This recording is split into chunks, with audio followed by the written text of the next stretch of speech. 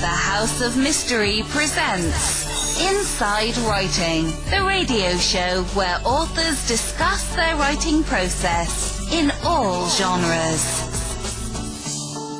Welcome back into the House of Mystery. I'm Al Warren, and that's Mr. David North Martino.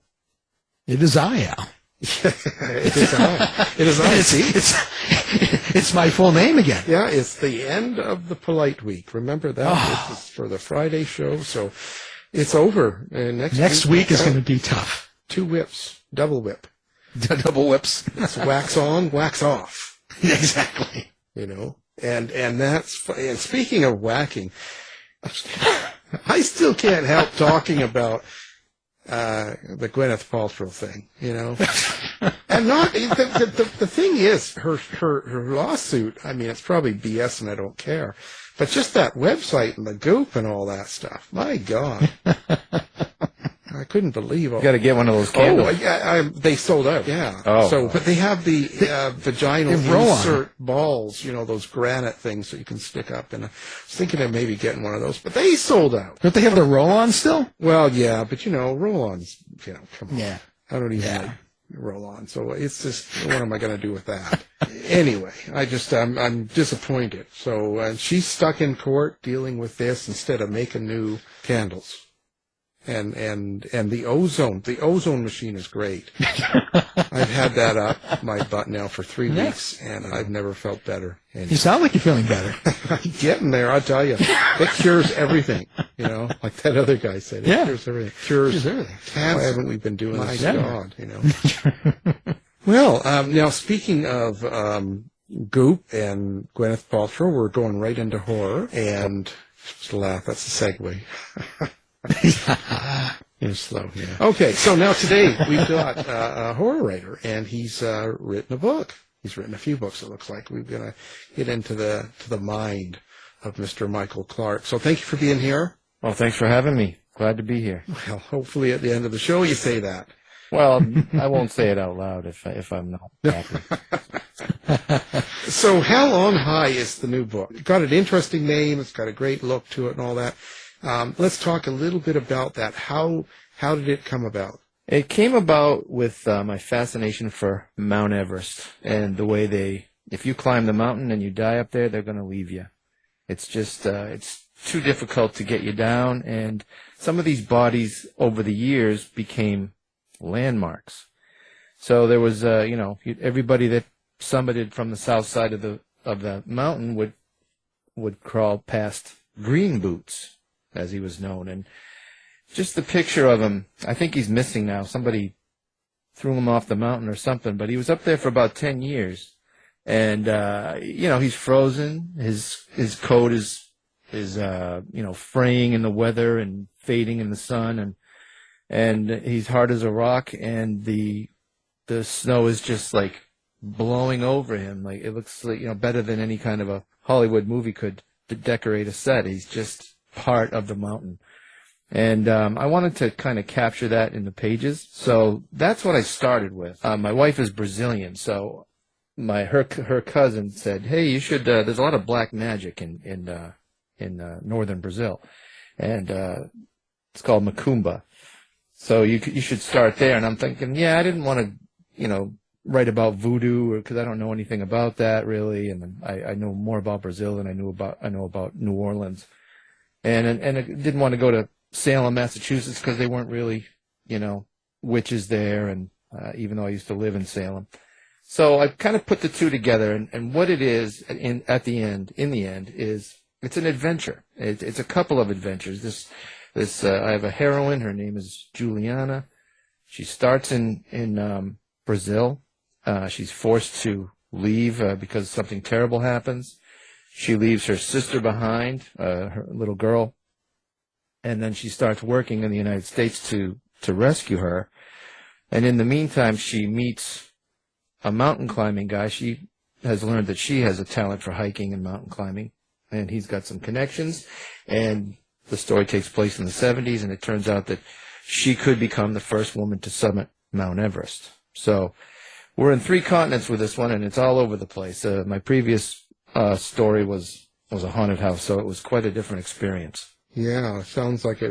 It's cool, but when you did this, when you were thinking about that, did you do research in that area of climbing Mount Everest and the people that have died there and stuff, some of their history? Oh yeah, you did, hey? Yeah, I mean it's. I wish I could say I traveled to Mount Everest and really did a deep dive, but no, I didn't.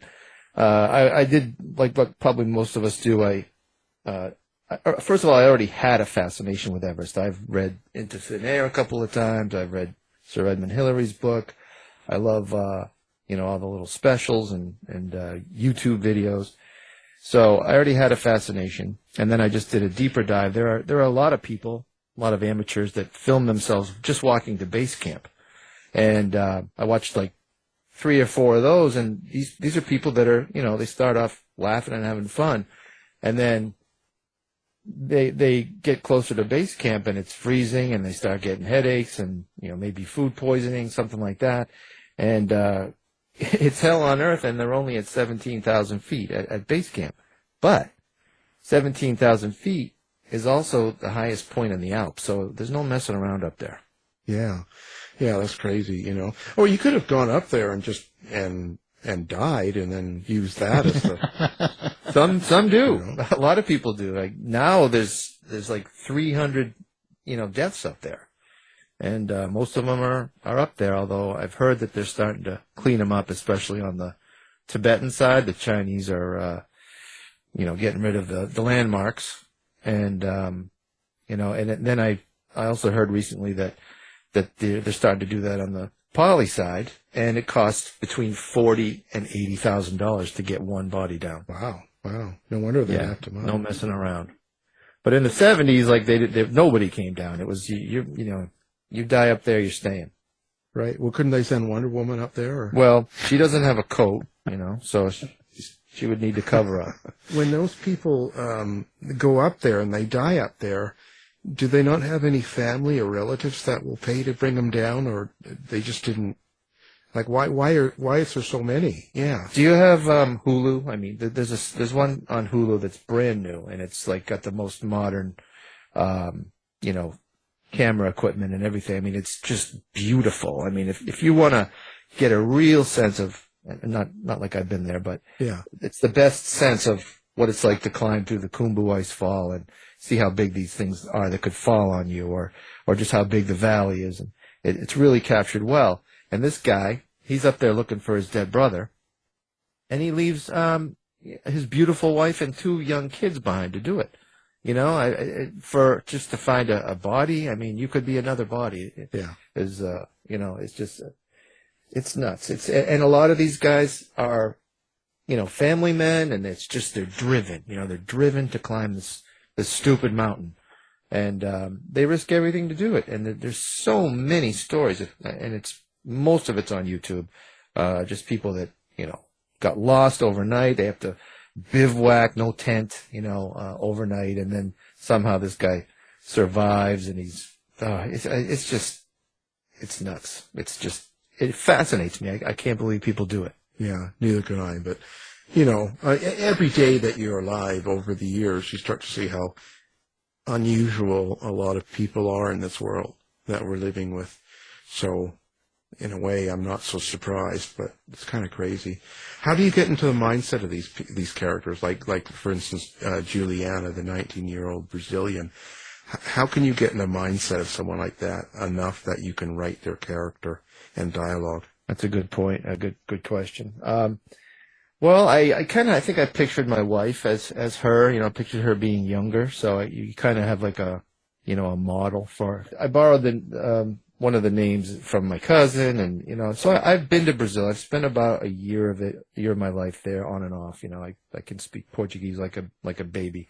I used somebody as a base for the character, and I know some of the basic words, and I just go from there. It's easy when you can picture the person. How did you write the character that the person that's died on the mountain? How do you cover that kind of a person?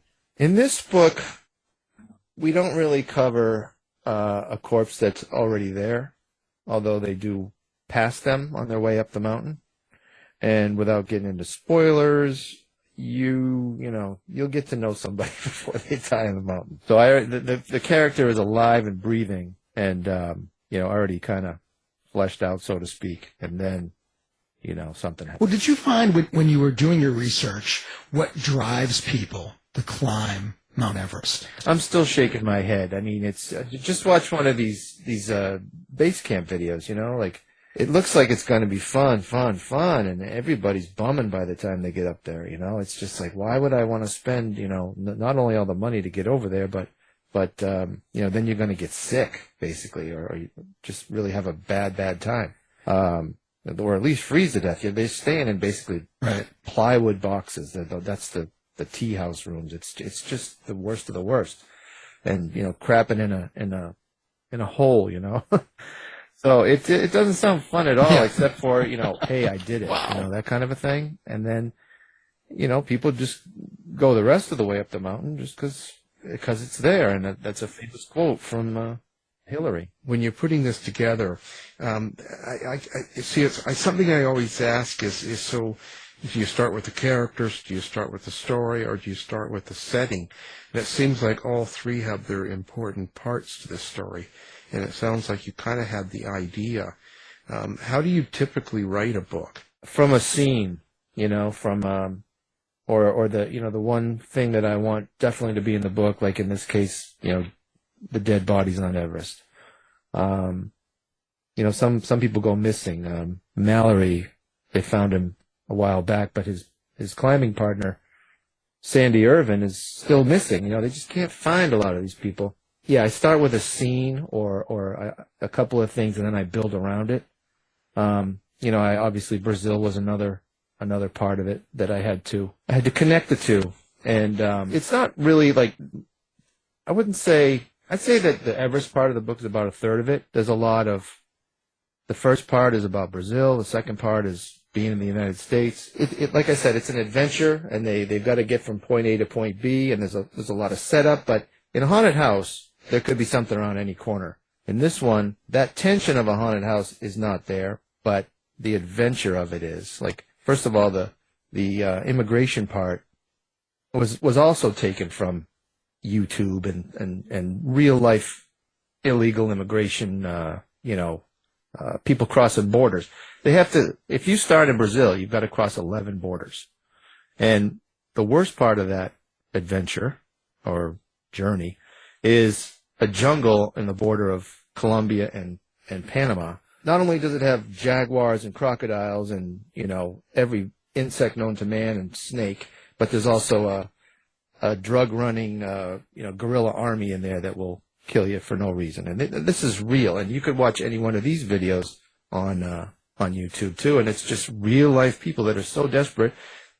Like they fly from all over the world to Brazil because it doesn't have like a lot of visa requirements, and they come up through. So we're not just getting Mexicans over our border, and I'm sympathetic to these people that are so desperate that they have to do that. We're getting people from all over the world. In the video, I think it's called CBS something, and the name of the jungle is the Darien Gap, if you want to look it up. But the guys from Iran, they fly from all over the world to come here and find a better life.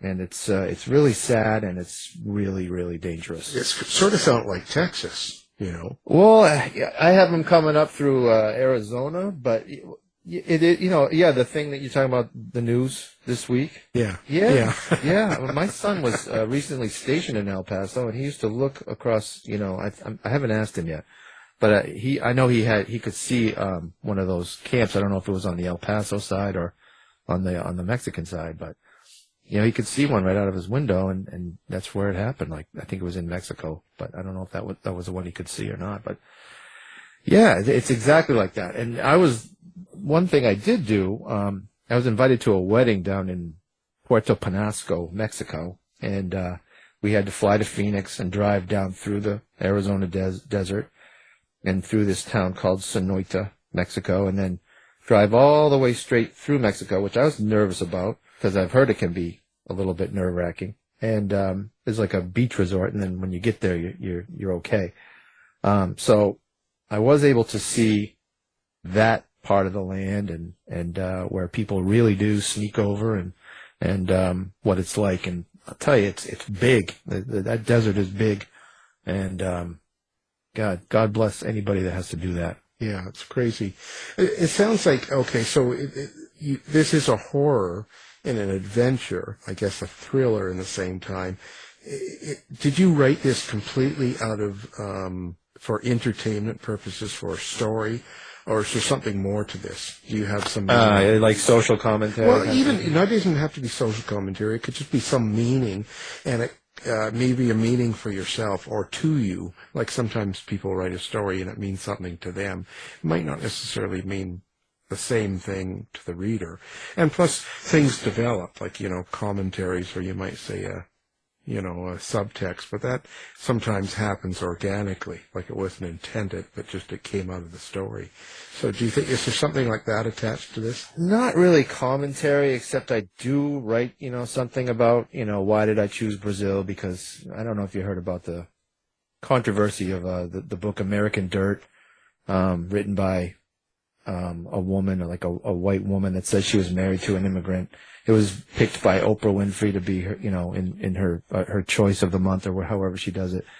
And then, she was chastised, not so much Oprah, but the author, because she does a lot of commentary about Mexico and opinions, and she talks a little bit about skin color, and then it turns out that her husband is like an Irish immigrant. So it really didn't, like the people of Mexico and Latinos in general kind of came down on her hard, and that happened while I was writing this. So I was like, oh God, like I'm a gringo. My wife calls me a gringo, and here I am writing this book, and I'm neck deep in it already. So I really went back and looked and took out any kind of.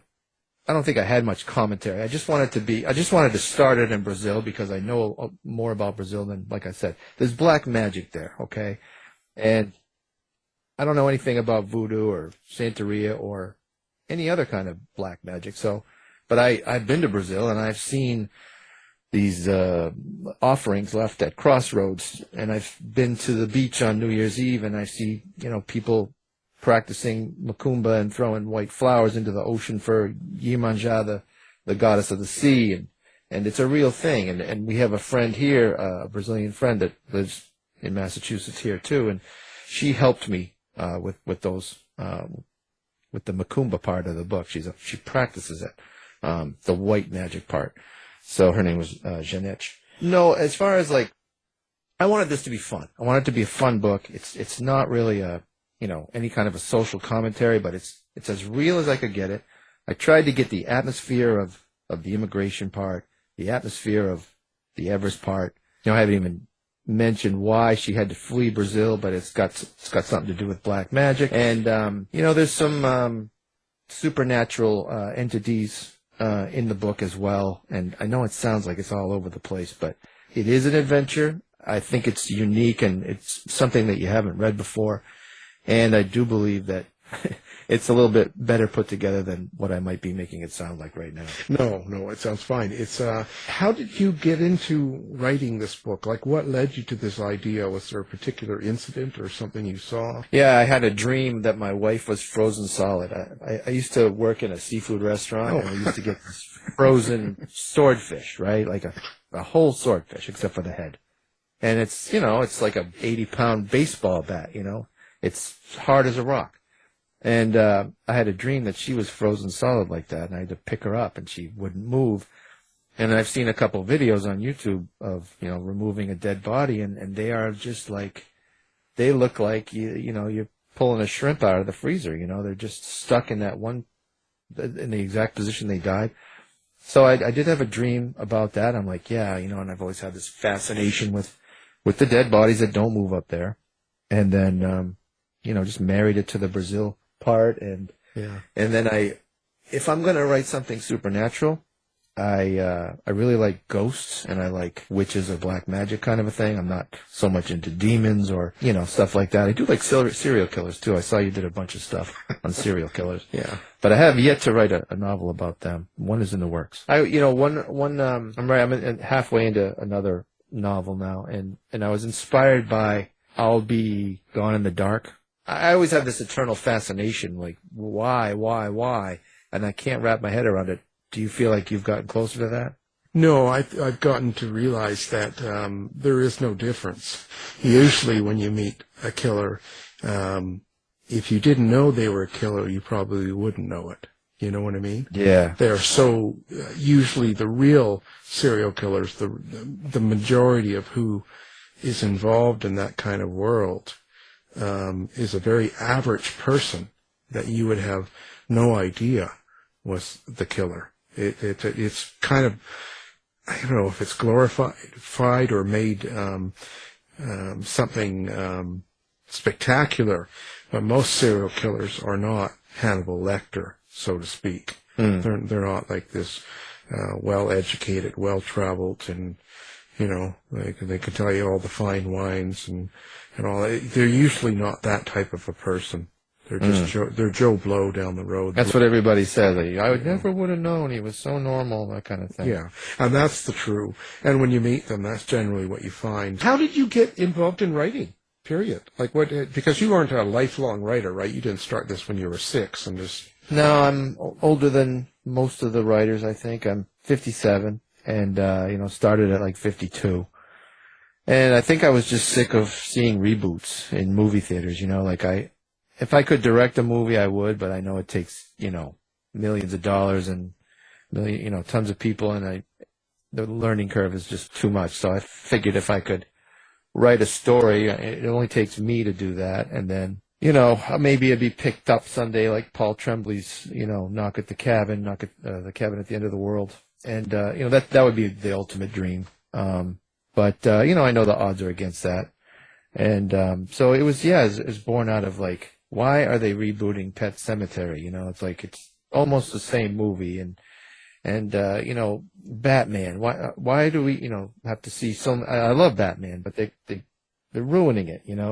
Give him a break and maybe come up with a new character or something like that. I don't know, but they're so worried about their money, and they need to go with something tried and true. And if you wanna break through with something new, you really gotta, I don't know how to do it. I haven't done it yet, but that's the goal, to somehow break through and elbow my way into, the public entertainment sector. I don't know. You gotta start sleeping with people. Oh, it works. It works. Well, I do sleep with my wife. No, every but night. you gotta get out there and get into Hollywood and start. Honey, I'll be right back. That's right.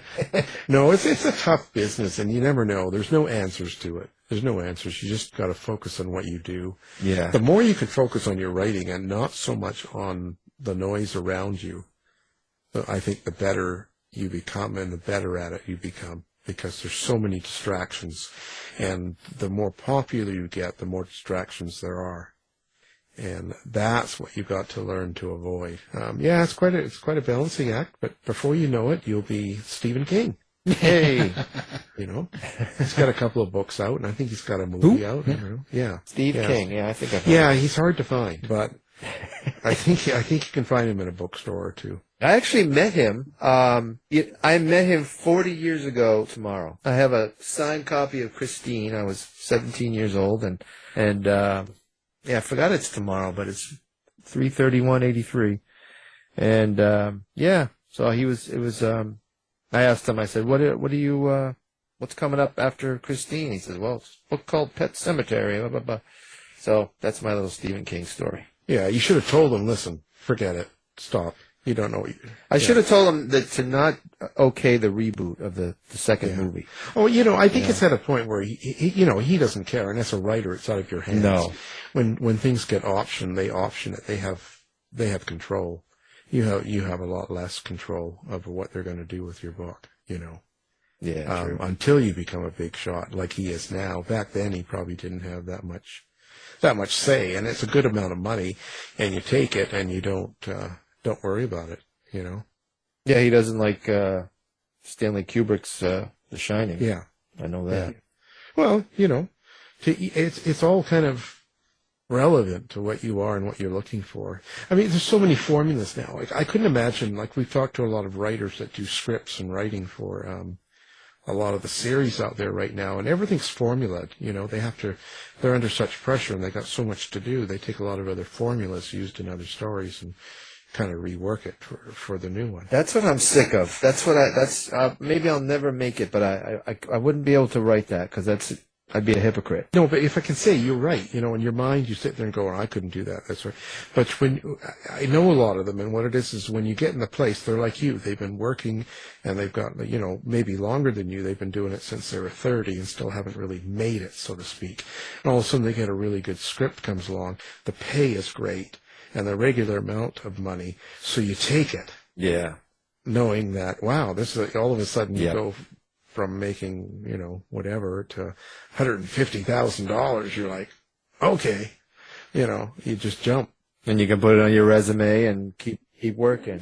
I find the best thing about some of the worst things you do in your life is you meet and network with some people that end up being somewhere down the road in your life that end up helping. Like it's probably the best thing you get out of these different side maneuvers. But it's no different than going to work for a McDonald's or a restaurant. You're just doing something to make money while you get what you really care about done. So I think I sort of allow it, but I know what you're saying, because most of the streaming stuff now, I can't stand watching most of it. Yeah, because it's I don't know how old you are, but you know how old I am. 60.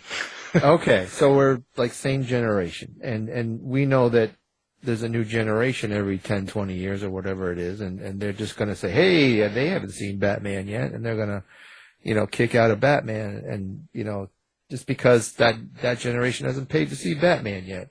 So, right. Yeah, that's what we're kind of up against. Yeah, and then they're going to they want their stars in it. They don't want someone that was famous back in the 80s and 90s. They want someone now, Yeah. And it just, but it's kind of boring. I know what you're saying. I'm not really into most of them myself. I'd rather watch the original. So you're old when. That's what I always say. Some of them I give a try. I mean, but that movie that just won Best Picture and all those awards, the Everything All Over Every Time, that movie. I don't know if you've seen that one yet, but no. It's really atrocious. Really? Yeah. Huh. I mean, it's really not good. And the thing is, I really like some of the people in the movie. I like some of the actors. I like some of the careers in it and stuff. But, oh, my God. Yeah, I'm curious. My wife's like, no, I'm not watching it because she's not into, I guess it's a little bit of sci-fi or something. But it's crazy, and it's a lot of karate and martial arts and stuff. Dave, didn't you give it Dave does reviews, I know, didn't you get a star or something? Well, I gave it 3, it's a very polarizing movie. Some people absolutely love it, some people absolutely hate it. So I went for the middle, and I still got some bad emails and stuff. Yeah, they want him to die. Yeah, they want him to die. They said I was going to age out. Oh. I was going to age out. People like me will age out. So. Yeah. I don't know. I tried to give it a cancel. Right, exactly. It's a slow cancel. Yeah, he's not, but it's just kind of crazy in a sense. Let's just say I didn't mind it the first half hour, the first 45 minutes, I was okay. And then after that, it was just crazy. I had to do it in 2 settings, and I wanted to slip my wrists and my ears were bleeding by the end of it. So. I rarely like Oscar movies, but I'm always sucked in, like, okay, I'll try that. And like, oh, God, why did I do that? So this is not an Oscar movie. I don't know why. I'm really surprised. Other than maybe visual effects or some of the studio effects that they did, I couldn't imagine why it won any of those awards, personally. Again, it's an opinion. So what made you decide to actually publish a book? What was it that happened that made you publish the very first thing you did? Like, was there a reason? Did something happen and you got it? Might have been that Pet Sematary movie, and like my nephew, he's 40 years younger than me, and I think we were talking about one of the new Star Wars movies, a few years back, and I'm like, well, this part was good, but that part wasn't good enough, and he's like, why don't you ever like any movies? And I was like, oh God, I'm that guy, and I'm the grumpy old man. And, I was like, I better put up or shut up. Everybody was like, no, I like that. I'm like, God, you guys are so easy. Yeah. So I just feel opinionated about that kind of thing. And I had to put my money where my mouth was. And I said, what the hell? I'll do it. And so I did it. And self-published, my first book is called The Patience of a Dead Man. And then I've stretched it into a trilogy. So I've really written 2 stories, but it's 4 novels. And the first one being, first 3 being self-published. And then the latest one, I went through a small press called Bridget's Press. And they've been wonderful to work with. Although now I'm finding, the thing about self-publishing, I guess there's a lot of work, right? Right. Especially if you go wide and you're Ingram Spark and you want your book, to be sold on every, in every possible place. So I did the Amazon only thing, the KDP. And that was hard enough. And, all these learning curve and everything. And so I'm like, well, I want to see my book in bookstores. And so I went through Bridget's Press, and I see on Twitter all these other authors that have done things with Bridget's and similar presses that are, they're getting their books in bookstores. And so I'm like, this is what I want to do, because in my day job is I'm a salesman. Like I can get on the phone, I hate it, but I can do it, and I know it used to be that somebody says no or hangs up the phone on you. I'm not a telemarketer, by the way. But I do use the telephone, and if somebody hangs up on you, it might crush you, and it would just, you'd want to quit and stop working for the day. But I've got past that. I know it's all about numbers and polite and let them hang up on you or whatever and take no for an answer. So I'm all ready for this. And this is kind of still unfolding. There's a Barnes & Noble employee on Twitter that he's getting all kinds of books into his store because he's ordering them. And then it seems like all of a sudden corporate is asking him, hey, why are you doing this? These are all print-on-demand books, which was a new term to me. It's not, I guess if your books aren't printed up ahead of time, they're not as good as books that are printed to order. And so all of a sudden this is kind of falling through. To get into a bookstore, I was ready to call every bookstore in America. I started printing off states worth of Barnes and Nobles and indie bookstores. Yeah. And I had some, early success with some of the ones that specialize in horror, and 5 or 6. And then I started running into some roadblocks and this print on demand thing. So this is kind of a half a thought, but I just wanted to let you know where I am right now. And in my career, going from self-publishing to a small press and trying to break through to that next level kind of thing. I've only been doing it for, published for 4 years. This is where I am, and this is the log jam that I face right now. Well, I'm curious. We were talking off air about the Merrimack Valley Book Festival, and I'm just curious how you found the horror community, because I know I found it way back with the Shock Lines message board, but I was curious to how you found. Did you find that through the book festival, or was there some other way that you met everybody? I don't remember. It was something I think I started on Facebook, and then I'm like, I should be on Twitter too, and then podcasts and that kind of a thing, listening to podcasts. Yeah, I think I just found a couple of people, maybe Laurel Hightower. I don't know if you know her, but she's a big name, and we kind of became friends, she helped me get going. She told me what to do as far as there's a list of bloggers. You want to get bloggers to read your book. And so I, talked to all those people and kind of elbowed my way in a little bit gently. And, so that's the way I did it. But the funny thing about the Merrimack Valley Halloween Book Festival is, Christopher Golden lives in the same town I do. Yeah. And Haverhill Press is here too, and I never knew this. I've lived here since 2003, and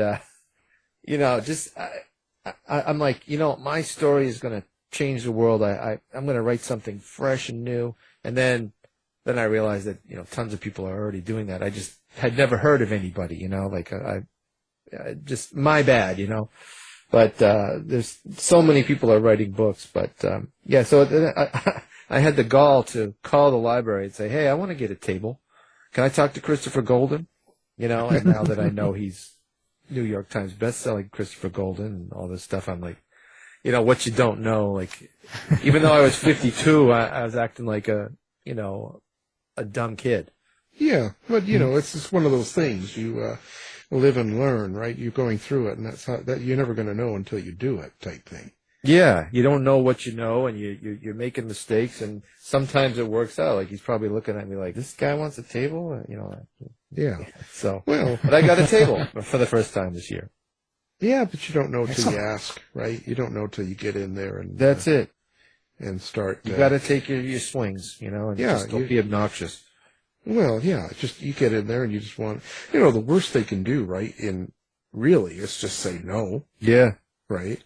Yeah. And if they laugh at you, then you get their name and you follow them and you hunt them down and kill them. Yeah, he lives in my town. I'll egg his house. Yeah, I know where you live. I know where you get your check. That's what I do. I've got a huge amount of bodies here stocked up. So now I also noticed that you did have a problem with, I guess you call it book theft in a sense. Someone else selling your book and you're not really making anything of it. It's kind of like hijacking your material. I don't really want to call it piracy. Yeah, piracy, I guess, is the best way to do it. Yeah, how did that happen? It was just, I'm still, in Bridget's Gate Press is still kind of like, what the hell happened? The book came out March 9th. Today's March 30th. So, they were planning on doing that. And then there was a pre-order up for a 99-cent ebook. And that was up since like mid-January. So we're pushing, pre-sales and everything. And just looking for numbers. I mean, obviously we're not going to make money off 99-cent ebook, but my first time with a publisher, I'm like, yeah, I'm going to make myself more desirable to my publisher and publishers like them. It comes time for like the 8th or something, like they go to upload the paperback and then it's flagged for copyright infringement. And I'm like, and they're like, well, do you know of anything in your book that would be, infringement? And so I go through the whole damn book and I'm like, well, I quoted a song here and I did no. And then Amazon, meanwhile, is just the worst. There's 3 departments. They don't talk to each other. It could have been, dealt with a 10-minute phone call. If you could even call one of these departments, there's no phone number. And this is Amazon. Right. Yeah. And, God forbid. So it goes on for 4 days and like the book is on Amazon. It's posted on Amazon, shipped by, what was it? Super Book Deals. And then, and another one. I forget the name of that one. There was like 2 shipped by or sold bys. And we're like, what the hell? I mean, they didn't even have the graphics for the back cover or the spine of the book. They just had like a picture of the front cover because that was up for the pre-sale. So we get flagged and then Amazon does something and they leave I'm just going to say pirated because I don't know what happened. Right. Like the ARCs go out, the advanced reader copies go out and it's in not Ingram, it's in what's the name of that? NetGalley. Right. And we sent out a bunch of ARCs and stuff too. So it could have been somebody, one of our ARC readers or somebody from NetGalley. We don't know. And then, so we complain or we get flagged and then Amazon takes down not the entire listing from Super Book Deals, but just the cover. So now there's a listing with no cover. It says no image available. And they leave it up for 4 days. And meanwhile, we're like, what the hell? I mean, it's supposed to be out March 9th and now it's, March 12th. And finally, they got it. They did whatever they did, and we're up there, and it's finally our book. Meanwhile, my neighbor had ordered the pirated version, and he's like, "It's on the way." And I'm talking like March 17th, right? And yeah, it should be here today, and then it gets delayed, and then they even it has an Amazon tracking number. It's going to be delivered by an Amazon van. Nope, didn't come today. And I said, well, just cancel it. And so, because I wanted to see what came in the mail. I was going to trade him, a real copy for whatever this thing was with no back cover. Finally, I'm just like, just cancel it. And I think really what happened there was Amazon couldn't tell him that the book wasn't coming, and they wanted him to cancel it. That's just my best guess. Yeah. Oh, yeah, no. They're too big of an operation. They don't have enough. It's too big to control or streamline that much. But super book deals are, the people ripping off. They have terrible ratings. I looked up Yelp. 186 stars. Yeah, I mean, they're told they never send books. They never give you your money back. There's no service. So they're set up just to pirate copies and send them out and try to make money, I guess. But I just don't understand how that can't be shut down. Amazon puts it on Amazon.com. Well, of course, yeah. See, because it's all done digitally and they don't really pay attention, and bots are kind of scanning things, so they just sort of take the info and they let you, because if you want to sell products, you can sell it on Amazon, and so they're too big and not enough control over it, not enough. We lost all the pre-sales too. They just canceled them all. And everybody, all my friends or whoever, like, hey, your book was canceled today. Oh, okay, like answering all that. Side note, I was a little flattered that somebody wanted to pirate my book. So yeah, a little bit of ego there that was massaged. Think about that. Yeah. Yeah, I checked out Superbook deals too. They've only got 2 of my books, so. Oh, they do? Yeah. But what can you do? I just don't know what you can do. I don't know, but they're out of Maryland. I mean, it's just, you'd think that Amazon would do something about it, or just ban them or something. I don't know. Yeah, and not let them use their platform, right? Right. Mm-hmm. It's a whole new world. Got to learn how to use it, I guess. Well, that's, at least I don't know the old way of doing it, so I don't have to forget. Well, the old way was just the big boys, and a few small publishers, and now the independent publishers you got to be careful of, because a lot of them don't go broke. A lot of them don't do very much for you. A lot of them don't really do much for what they take in it, and some do. So you got to. I think they're still guarding their stuff too. I think they're the ones that said something to Barnes and Noble, and like even just today, like I chose New Jersey to start. Like this was last week. Practice my spiel. I didn't want to get rejected in Massachusetts where I live, and I'm going to try New Jersey. I'm going to start, asking people that don't know who I am if I can send some swag with, to you. If you order 2 of my books, I'll send some autograph stuff so that the readers can take a print and a book plate sticker and a bookmark home, and naive again, right? And so I talked to an independent bookseller with a pretty good, store. Seems to be pretty busy. And then I also called at Barnes & Noble. And I called them back today because I needed like a refresher, a recap. I had follow-up questions. And so first of all, last week, the Barnes & Noble guy says that print-on-demand books you get no credit when you return them. That's right. What his boss told him. Yeah. But I called the independent guy, and he says, no, I'll get my money back. It's just that I'll pay shipping to ship them back if I don't sell them. So I get 2 different stories. I don't think the independent guy had any reason to lie, but I do believe that the bosses at Barnes & Noble told their people that stop ordering print on demand and indie stuff. So, you order the traditional published stuff. So they're still there, you know what I mean? Yeah. I don't see how I can get my book into Barnes & Noble unless I'm signed by one of them. The secret really is going on tour. The authors that go on tour and go to all the bookstores and do all these signings do really well, because each time, like I did 2 in the summer, 4 in the summer, and you sell, 20 to 50 books each signing.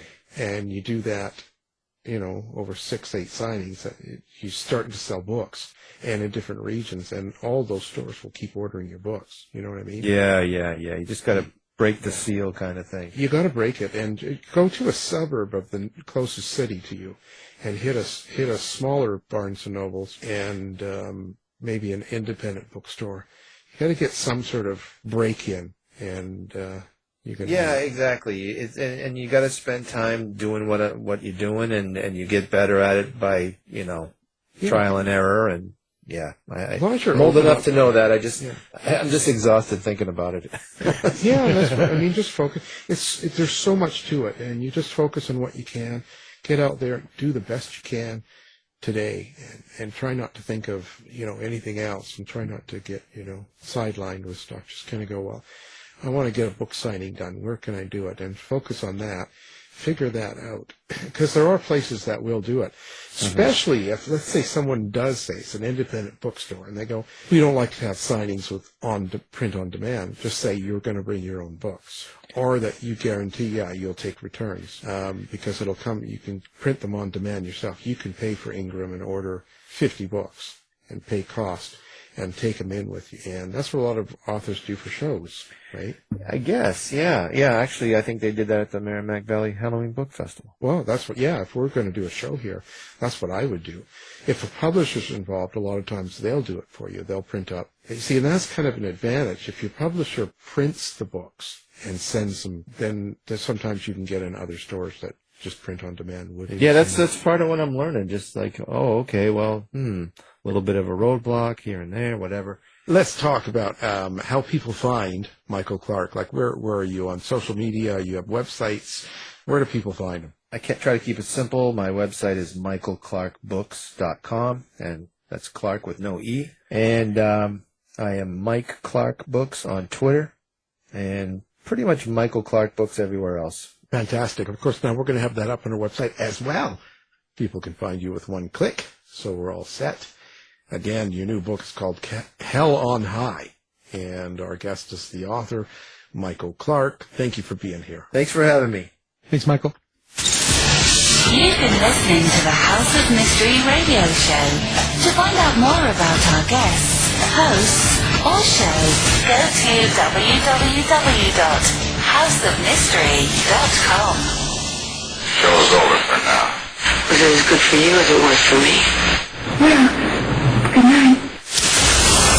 This is a production of Something Weird Media. I'll be back.